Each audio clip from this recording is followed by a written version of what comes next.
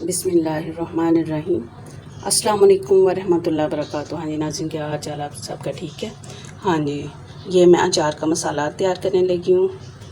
ठीक है, तकरीबन 1-1.5 किलो जो है ना अचार के लिए। ठीक है, नींबू डालें, मिर्ची डालें और आम का अचार डालें। जिस चीज़ का भी अचार डालना है आपको, इतना सा मसाला चाहिए। ठीक है, ये राई है। ठीक है, 1.5 table spoon kalonji, 1 table spoon, 1 table spoon है ज़ीरा, अजवाइन 1 टेबल स्पून और 2 टेबल स्पून सौंफ और ये मेथी दाना। ठीक है, 1.5 टेबल स्पून, 1.5 टेबल स्पून ही सूखा धनिया। ठीक है, और ये सुरख लाल मिर्चें हैं, सुरख छोटी वाली, और ये तकरीबन 1-1.5 टेबल स्पून ये भी बन जाएगी क्योंकि इसका टेस्ट बहुत अच्छा आता है। तो ये हल्दी, नमक और मिर्च ये अपने टेस्ट के मुताबिक आप डाल सकते हैं, कम या ज़्यादा। ठीक है, सबसे पहले मैंने मेथी दाने को नहीं करना बारीक, इन चीज़ों को मैं करूँगी क्योंकि इसमें कड़वाहट होती है। थोड़ा सा इसको ऐसे ही अच्छा लगता है, करना भी हो तो दरदरा सा कर ले। बाकी सारी चीज़ें डाल के तो मैं इसको थोड़ा सा भून लूँगी। ये अचार का मसाला है। हाँ जी, सबसे पहले मैंने ये डाल देनी है चीज़ें। बिस्मिल्लाह, सौंफ डालूँगी, ये मिर्चें, अजवाइन, ज़ीरा, कलवंजी और ये सूखा धनिया। ठीक है, ये सारी चीज़ें डाल देनी है।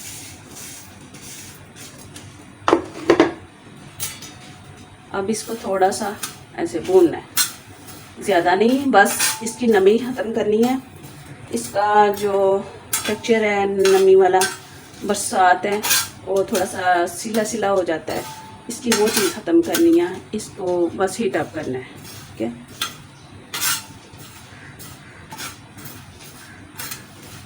ताकि हमारी ग्राइंडर जो करे हमने बस दरदरा सा करना है।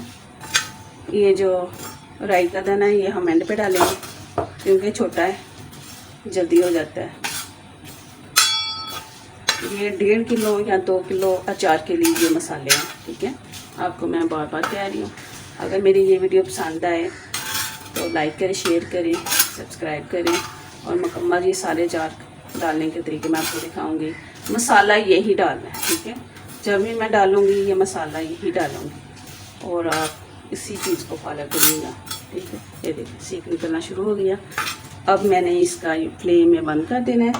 ठीक है, क्योंकि जले ना, हमें मकसद हमारा जो था पूरा हो गया। अब इस पॉइंट पे आके जब हमने चूल्हा बंद कर देना तो ये राई का दाना डाल देना। ठीक है,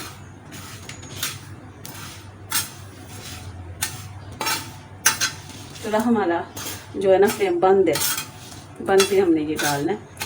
बाकी चीज़ों को हमने अच्छी तरह वो सेक लगा लिया, नमी इसकी दूर कर ली है, इसको भी काट के तो अब हमने ब्लेंडर जार में डालना है। ठीक है,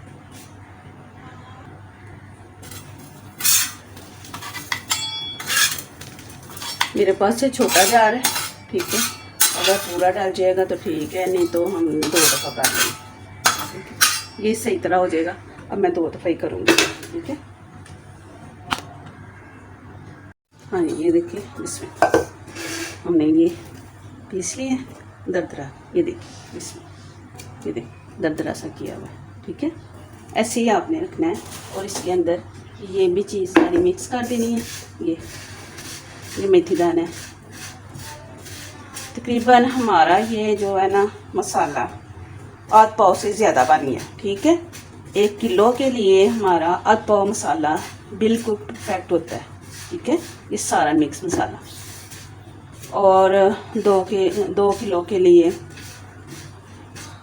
पाव, और ये इतना अच्छा मसाला हो जाता है हमारा। ये नहीं कि ये नमक मिर्च डाल के इतना होना चाहिए, नमक मिर्च हल्दी डाल के इतना होना चाहिए। मैंने नहीं डाला, मैं उसी के हिसाब से आपके सामने डालूँगी। ठीक है, ये हमारा मसाला तैयार है। आप इसको महफूज कर लें। आप जितनी देर भी रखेंगे, अगर आपने ज़्यादा देर रखनी है इसके अंदर थोड़ा सा नमक मिक्स कर लें।